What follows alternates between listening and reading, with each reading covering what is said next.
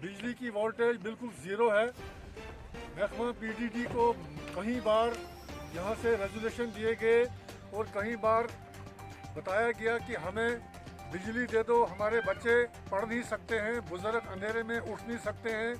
और बूढ़े बुज़ुर्ग जो हैं अंधेरे में अंधे हो गए हैं और बच्चों की पढ़ाई जो बहुत ही मुतासर हो रही है और महकमा पीडीडी को टिस से मिस नहीं हो रहा है और एक लाइनमैन को भेजते ऐसे चेकिंग के लिए, बाद में चले जाते हैं बूढ़ों बुजुर्गों को दिलासा देकर। लेकिन यहाँ हमारी कोई सुनवाई नहीं है, कोई भी गवर्नमेंट की फैसिलिटीज़ इस जगह पर नहीं है और इस जगह को हमेशा इग्नोर किया जा रहा है। महकमा रेन्यू में, महकमा माल में मेन गूल यही जगह है,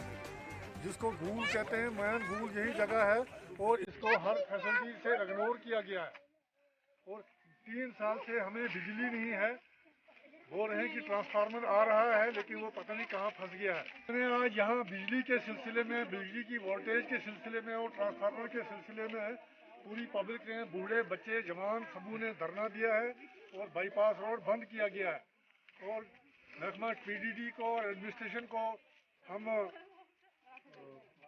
वार्न करते हैं, देते हैं, टाइम देते हैं कि 4 या 5 दिन के अंदर अगर हमें बिजली नहीं दी जाएगी और हम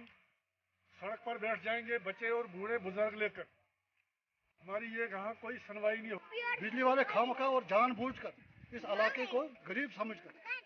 समझकर इस इलाके को दबाना चाहते हैं और दबा रहे हैं, क्योंकि बार बार जब भी कहेंगे कि फ़ोन है लेकिन वो फ़ोन चार्ज ही नहीं होता है और ऊपर से ऑनलाइन क्लास देनी पड़ती है हमें हर सुबह उठ के ऑनलाइन क्लास होती है लेकिन पढ़ नहीं पाते।